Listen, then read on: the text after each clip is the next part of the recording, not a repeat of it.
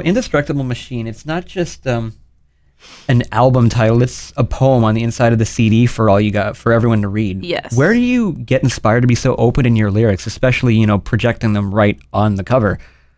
I think, a lot of that is I don't usually put the actual lyrics, I guess, in the cover, so I have more freedom to say whatever I want, but I guess I'm just kind of a rageaholic, so sometimes I need to vent. Rageaholic, Sorry, I was just watching the Seinfeld episode about rageaholics yesterday, so that kind of resonated because I realized I'm like that. But I guess I don't tend to be very confrontational in person, but I do a lot of venting.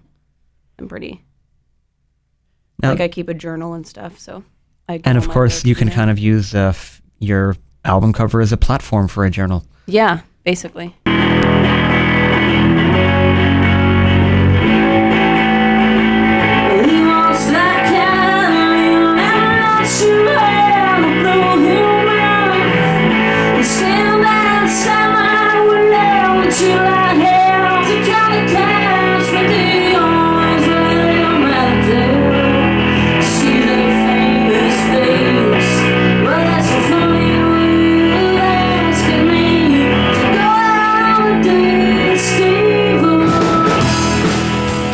This may or may not relate to the poetry, but your song How Many Women, both musically and lyrically, sounds like it could have been written by someone who's been in and out of relationships for over 50 years. Mm-hmm. How can all this emotion come out of a singer in her early 20s?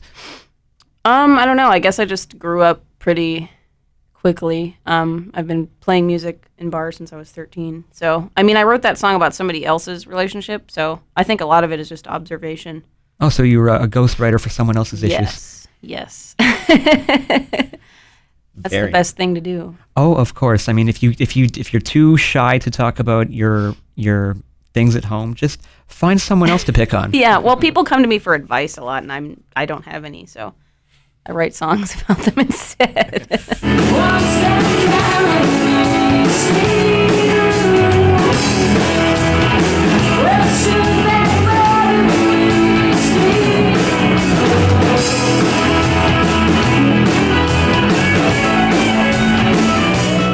I asked Ben before we hit the play button here about Twitter and how you just kind of think it's more of an offshoot of Facebook. Yeah. And now you have an excellent marketing platform with not only your website, Facebook, and Twitter, and it's just becoming more and more the best way for self-promotion.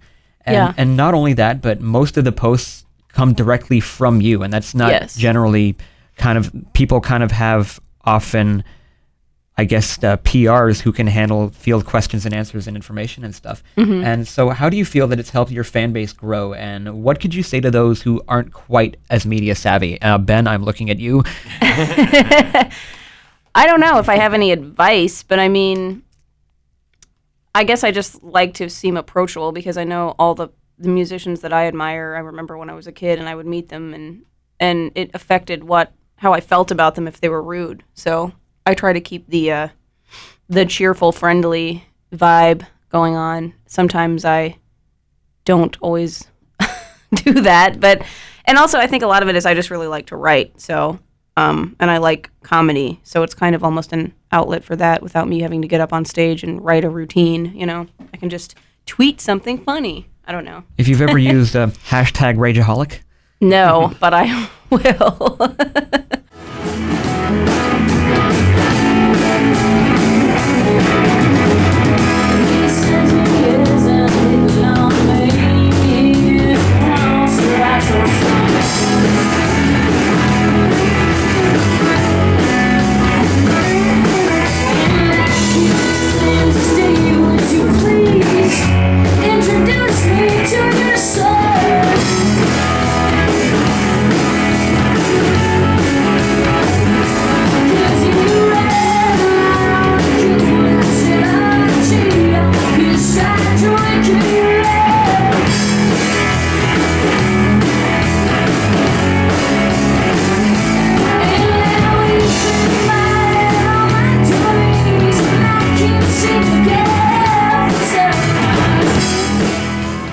Now, do you have a favorite guitar you play, acoustic or electric? Because there was a picture on your Twitter where you seem to be extremely enamored by this sweet blue Ricky. Oh yeah, it's awesome. I ended up buying it. Actually, the engineer / producer guy that I work with in Columbus, Joe Veers, was like, I hear Rickenbacker on a lot of these songs, so he borrowed that, and I was like, I'm in love with this thing, and it was apparently for sale. So it was probably the most adult purchase of my life, sadly. But yeah, my favorite guitar to play is my Fender Telecaster. I just like the way it sounds, and it feels awesome and makes me feel cool. Do you have a lot of effects pedals? I have no effects. I don't even know how to use my amp. I'm a girl. Bare bones. Just play the thing. Just play the damn thing. Oh, but I thought that you didn't want it to be, tied in with, oh, well, you sound like this, or you that's play true, like that, but I still don't claim to be a gearhead. This. I do have a tremolo pedal. I love tremolo because I'm a nerd who loves Chris Isaak. But, I mean... Hey, no one... I'm more like... I mean, my favorite amp that I don't take on tour with me because I'm afraid it'll get broken is a Kalamazoo. It's got 3 knobs, loudness, tone, and tremolo. So, I mean, it just sounds amazing, though. Occasionally I'll have theme weeks, and just last week I did a show, all 70s tunes. Prior to that, all 80s tunes. And before that one, it was all covers.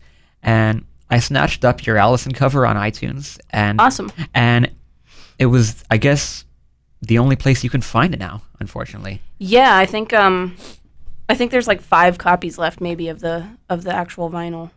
But and they're all signed for sale on my website, www. Hey, give it up. We've got people here. LydiaLoveless.com. You heard it from the girl herself. Yeah, it was a very limited thing.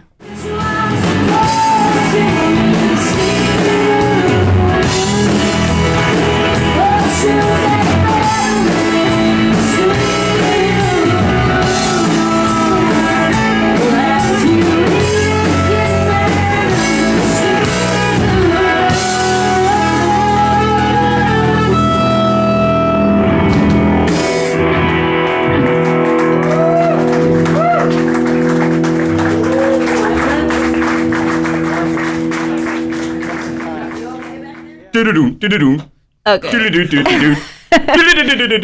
this is Lydia Loveless, eh? Hey, this is Lydia Loveless, and you're listening to 101.5 INDI-FM. Wait, I forgot to say Scotty the Drifter, Also, Scotty the Drifter. Yes, here. Scotty the Drifter. Hey, this is Lydia Loveless, and you're listening to Scotty the Drifter on INDI-FM. Hey, this is Lydia Loveless, and you're listening to Scotty the Drifter on 101.5 INDI-FM.